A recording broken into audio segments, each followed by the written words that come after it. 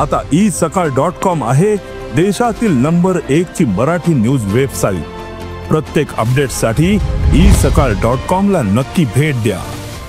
महायुती सरकारच्या दिग्विजय असणाऱ्या शक्तीपीठ महामार्गाला राज्यभरातील 12 जिल्ह्यातून विरोध होतोय।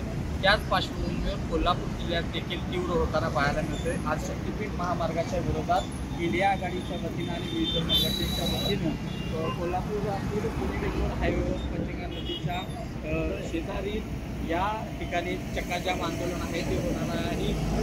अभिमन्यू संघटनेचे नेते राजू शेट्टी यांच्या नेतृत्वाखाली हे चक्काजाम आंदोलन होत आहे। तर काँग्रेस नेते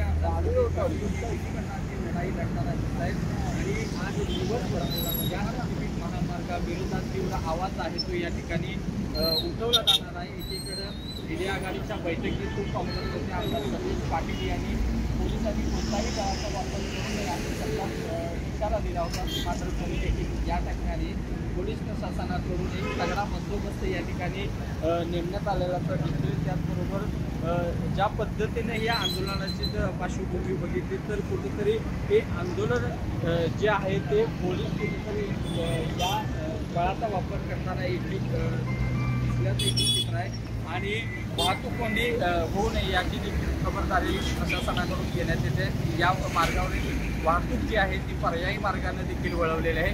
मात्र आज सकाळी 11 वाजल्यापासून या आंदोलनाला सुरुवात होणार आहे। राजू शेट्टी या आंदोलनाचे नेतृत्व करणार आहेत। त्यामुळं आंदोलनाची पुढची दिशा नेमकी काय असणार आहे हे आज दिवसभरात ऑनलाईनसाठी कोल्हापूरहून राहुल गडकर।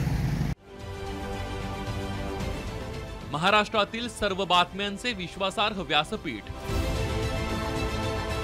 सकाळच्या सर्व सोशल मीडिया प्लॅटफॉर्मला लाईक, फॉलो आणि सबस्क्राईब करा। तसंच सर्व नोटिफिकेशनसाठी बेल आयकॉन प्रेस करायला विसरू नका।